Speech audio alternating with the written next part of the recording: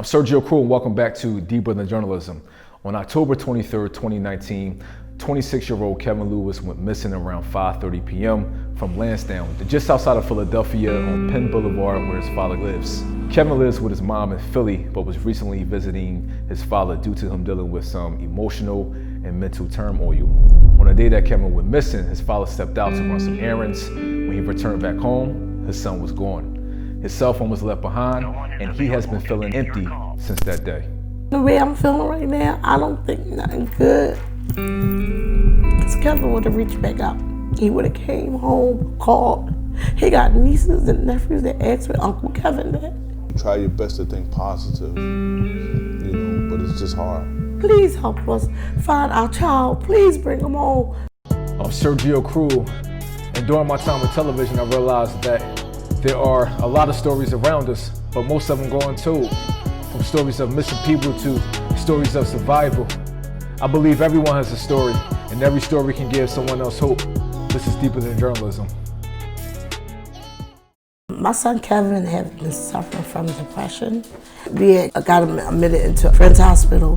He had came home the 20th of October, and it seemed like things was going good again. And then around the 23rd, he started hearing a lot of noises and stuff. And I called his dad and I told his dad maybe Kevin need to come out to his house to relax and calm down. His dad took him and went to the store to get something to eat. And then when he came back, Kevin was gone. Gone. Vanished. To the parents who are watching this, try to put yourself in the shoes of Kevin's parents. Your child is dealing with severe depression. You leave, return back home, and your child is gone.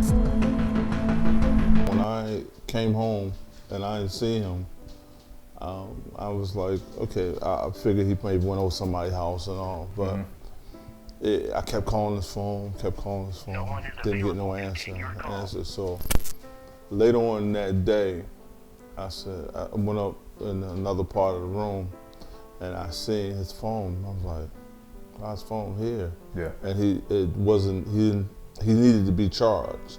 So eventually I charged the phone up. Once the phone got charged, we was able to see what was on there.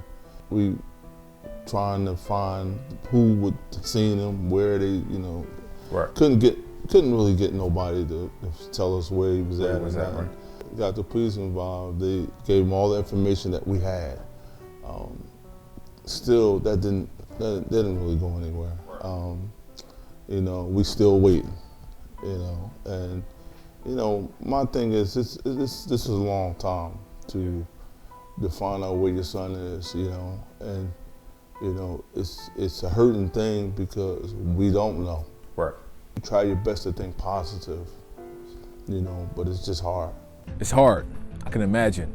When I started my journey helping families such as Kevin's, my own mother asked me, why did I choose to cover missing persons? And my response to that was, if I was to go missing, who would tell my story?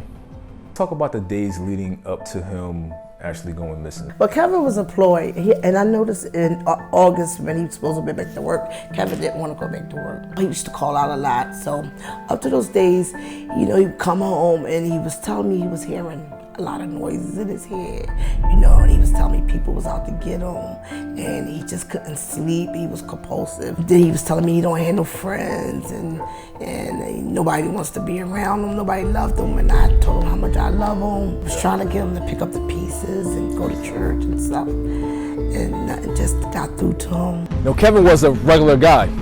Worked as a teacher's assistant, loved to cook, loved to draw. He had older and younger siblings. But his battle with depression caused him to leave his family. I knew there had to be something deeper going on. Kevin did come out and let you know, or the father know first, that he was homosexual. I found out a little bit because Brenda kind of told me about it. I felt a certain way about it, but then I had to just say, hey, it's what it is. Right. He was going to come home for Thanksgiving, and he told me he had something to tell me on the phone. And I said, what is it? Something happened up there? He said, no. He told me, Mom, I'm gay. I said, oh, is that it? Like that? And he didn't want to tell me face to face because he was coming home. Right. But when he came home, I embraced Kevin. with open arms. So what about his friends? Let's talk about his friends. Has his friends reached out? Kevin have a lot of friends. He had one special friend. She expressed how Kevin's changing. He's changing, like you're distancing yourself. Kevin didn't want to do nothing no more. I don't know the way I'm feeling right now. I don't think nothing good. Because Kevin would have reached back out. He would have came home, called. He got nieces and nephews that asked where Uncle Kevin at. Yeah. He know he got a mother that do any and everything for him. His dad love him. We miss him so much. So joining me in studio, I have Chief Mark Hopkins of the Greater Philadelphia Search and Rescue. I told you a little bit about the story. What do you think about this whole entire thing? He's been missing for 3 months now. He's been dealing with depression. His father, came home, left, went out to the store, came back. Son was gone, phone was left behind. What do you think about that? Not to minimize it, but it sounds like a clear-cut case of depression influencing somebody along with pressure from society. It's making a very bad, but a personal choice. That's not to say it couldn't be a crime or something else, but it really sounds like otherwise based on the things he left behind. The family told me about 10 years ago, Kevin came out as homosexual, which could have led to him being depressed. Do you think that had an effect on him? Maybe his depression got out of control and he left, he went missing, or is it a possibility that, are we talking suicide here? He's got every reason to be depressed. He's got every reason to feel pressures on him, and that makes people do irrational things. You compound that with diagnosed mental illness, and it gets worse. And a lot of people are being given the wrong drugs or taking illegal drugs that compound it even further. So he's got a lot of things that would make him run and not make him want to be found, which makes it difficult. And I understand as best I can from 23 years of this what his parents are feeling, and I really hope that it gets to a point where we're seeing less of this instead of more. Lots of times people are leaving their notes on the phones now, and they're just leaving their phones for the family. We've had people that have taken their phones with them, left them along the route that they took in a Ziploc bag, but they're still leaving the phones. More and more people that don't want to be found aren't taking the phones with them, and it's a bad sign. Finding a phone, finding a wallet, those are bad signs. Chief, I just thank you for taking the time out to speak with us today. I appreciate it. If you are suffering from any sort of mental illness, please get the help that you need. And there is help out there. You can call the National Alliance on Mental Health at 1-800-950-6264. Now, even though Kevin has been missing for months, there is still hope that he is out there and that he is still alive.